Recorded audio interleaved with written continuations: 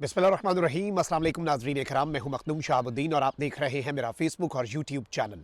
उम्मीद करता हूं आप सब लोग बखैर वाफियत होंगे और जहां भी होंगे अपने अहले खाना समेत खुश भी होंगे और महफूज भी।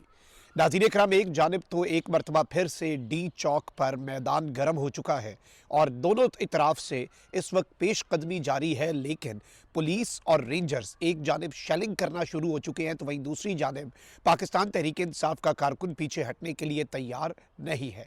मैदान जंग डी चौक एक मरतबा फिर बन गया है, लेकिन इस सारी की सारी सूरत हाल में इंतहाई गैर मामूली खबरें आ रही हैं। इस सब में ऐवान सदर, वज़ीर आज़म ऑफिस और रेड जोन के तमाम तर अहम तरीन सरकारी दफातर खाली होना शुरू हो चुके हैं। इस हवाले से कुछ अहम तरीन और एक्सक्लूसिव डिटेल्स हैं जो आपके सामने रखनी है। इसके साथ ही साथ ताकतवर शख्सियत का कौम से खिताब भी तैयार है और किसी भी लम्हे ताकतवर शख्सियत का कौम से खिताब हो सकता है। इस हवाले से भी डिटेल्स आपके सामने रखते हैं। जबकि इस वक्त बुशरा बीबी की जानिब से पड़ाव के बाद इस्टेब्लिशमेंट किन नुकात पर गौर कर रही है और इस्टेब्लिशमेंट किन किन ऑप्शंस को अब एक्सप्लोर कर सकती है और किस तरह से ये पूरी की पूरी सूरत हाल इस हुकूमत के लिए, सिस्टम के लिए इंतहाई परेशान कुन हो चुकी है और कप्तान को किस तरह से आधी से ज़्यादा फतह मिल चुकी है। और अब अगर ये कहा जाए कि रास्ता थोड़ा ही बाकी है और बिल्कुल सामने मंजिल नज़र आ रही है तो ये कहना भी गलत नहीं होगा। ये एक्सक्लूसिव इनसाइड डिटेल्स लेकर आपके सामने मैं हाजिर हुआ हूं, लेकिन इस सबसे पहले अगर अभी तक आपने वीडियो को लाइक नहीं किया, लाइक ज़रूर कर दें। फायरवॉल के असरात कम करना आपके हाथ में है। ज़्यादा से ज़्यादा कमेंट्स करें और चैनल को अगर सब्सक्राइब नहीं किया तो ये सबसे इंपॉर्टेंट है कि चैनल को सब्सक्राइब कर लें, क्योंकि मेन स्ट्रीम मीडिया ये तमाम तर डेवलपमेंट्स आप तक नहीं पहुँचाएगा। हमारी कोशिश है कि एक्सक्लूसिव खबरों के साथ साथ जो ऑन ग्राउंड सूरत हाल है उससे अपनी आवाम को आगाह रखा जाए। सबसे पहले ज़रा जो ताज़ा तरीन डेवलपमेंट्स हैं, ऑन ग्राउंड सूरत हाल है, उसका जायज़ा ले लें।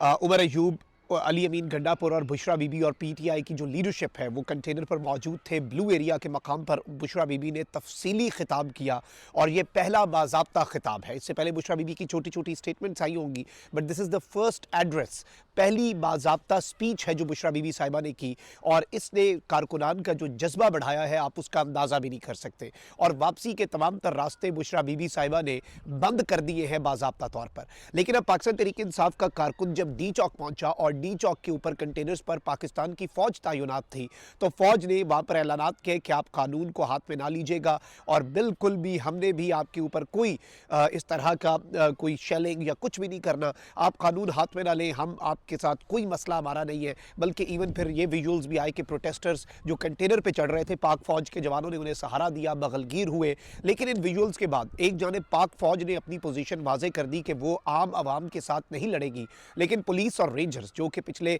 3 दिन से पाकिस्तान की आम आवाम के साथ लड़ते आ रहे हैं, पुलिस रेंजर्स एफसी, वो इस वक्त बाज़ाब्ता तौर पर अवाम के ऊपर एक मरतबा फिर जो प्रोटेस्टर्स हैं उनके ऊपर धावा बोल चुके हैं। और डी चौक के मकाम से हमारे पास जो डेवलपमेंट्स आ रही हैं वो ये है कि एक मरतबा फिर वहाँ पर शेलिंग कर दी गई है और अभी मरकज़ी काफिला जो है वो ब्लू एरिया यानी 1-2 किलोमीटर का बस एक सड़क है, जिना एवेन्यू, बस वो सड़क जो है वो पार करनी है। लेकिन इस वक्त एक मरतबा फिर से जो शेलिंग है उसका आगाज़ हो चुका है पुलिस और रेंजर्स की तरफ से। लेकिन इस सब के दौरान कुछ और डेवलपमेंट्स भी हैं। अब जो जज्बा बढ़ा है, देखिए पहुँच गए ना, अटक पार हो गया, इस्लामाबाद पार हो गया, वो डी चौक खड़ा है और आगे से पाक फौज, देखिए रात से ये डरा रहे थे कि जी सीधी गोलियां मारने के ऑर्डर्स हैं, शूट एट साइट के ऑर्डर्स हैं। पाक फौज ने किसी चीज़ के ऊपर कुछ भी इस तरह से अमल नहीं किया और वो तमाम तर चीज़ें जो एक्सपेक्ट की जा रही थी, फड्डा पड़वाने की कोशिश हो रही थी, उन तमाम तर चीज़ों को उड़ा के रख दिया। अब यहाँ पर मैं आपको ये बता दूँ कि पंजाब भर से अक्सर कारकुनान और टिकट होल्डर्स आज अपने शहरों से निकलने में कामयाब हो चुके हैं और इस वक्त पंजाब के मुख्तलिफ काफिले जो हैं वो भी इस्लामाबाद के रास्ते में हैं। और इस सब में मैं आपको ये बता दूँ कि इस वक्त सूरत हाल ये है, मुराद सईद साहब जो हैं उन्होंने भी स्टेटमेंट जारी कर दिया है कि पहला मुतालबा इमरान खान और कारकुनान की रिहाई है और फिर जो भी फैसला होगा वो इमरान खान का होगा। जब तक स्टेज से इमरान खान की आवाज़ में इय्याक नअबुदु व इय्याक नस्तईन की सदा नहीं गूंजेगी, वापसी नहीं होगी, अल्लाह हमारा हामी व नासिर हो। मुराद सईद साहब ने भी पोजीशन वाजे कर दी है और जाहिर बात है कि पीटीआई का कारकुन मुराद सईद की तरफ देखता है।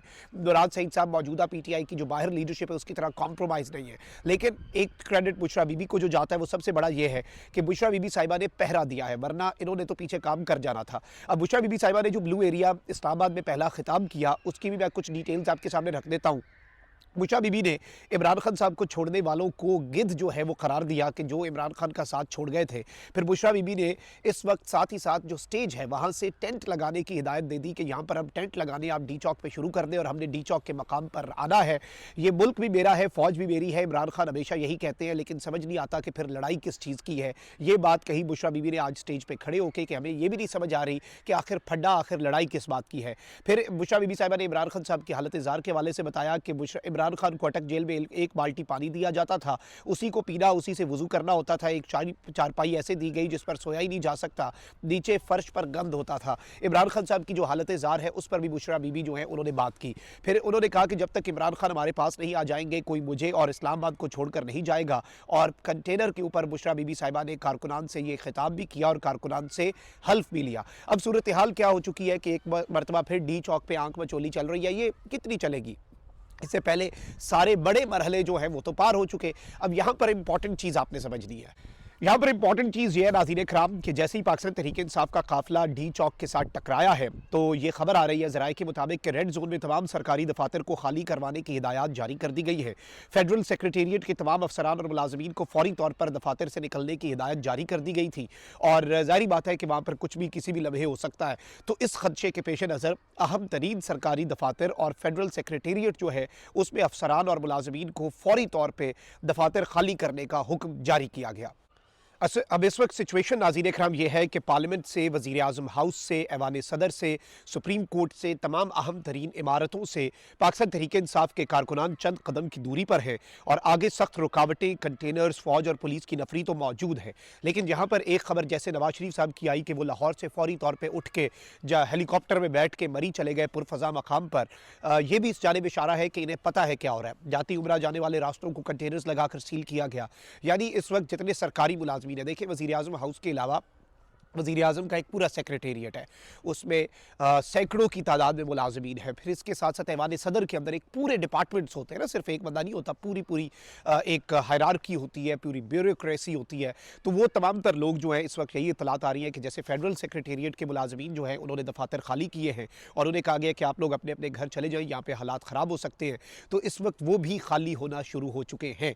अब जो मेरे पास एक्सक्लूसिव डिटेल्स है नाज़रीन कराम, इस सब के अंदर नून लीग की परेशानी में इजाफा हो चुका है और ये जो इस वक्त बाज़ाब्ता तौर पर जो मामलात हैं, आप ये देखें कि एस्टैब्लिशमेंट जो है वो इस वक्त क्या सोच रही है। एक तो ये है कि एस्टैब्लिशमेंट इस सब के अंदर, क्योंकि पीटीआई का मुतालबा सिर्फ इमरान खान की रिहाई नहीं है, मैंडेट की वापसी भी है। मैंडेट की वापसी उस तरह से प्रैक्टिकली या लीगली क्या पॉसिबल है, ये एक बहुत बड़ा सवाल है। 26वीं आईनी तरमीम का वापस लेने का मुतालबा है। इसमें अब अल्टीमेटली हो क्या सकता है, क्या क्या ऑप्शंस एस्टैब्लिशमेंट एक्सप्लोर कर सकती है। इसमें देखिए एक तो ये हो सकता है कि इस सब में एक अर्ली इलेक्शंस जो है वो कॉल कर दिए जाएं, यानी कि एक मरतबा फिर जो है वो मुल्क इलेक्शंस की तरफ चला जाए और इमरान खान साहब को बनी गाला फौरी तौर पे मुंतकिल करके फिर जुडिशल प्रोसेस से उनके केसेस ख़त्म करके उन्हें रिहा किया जाए।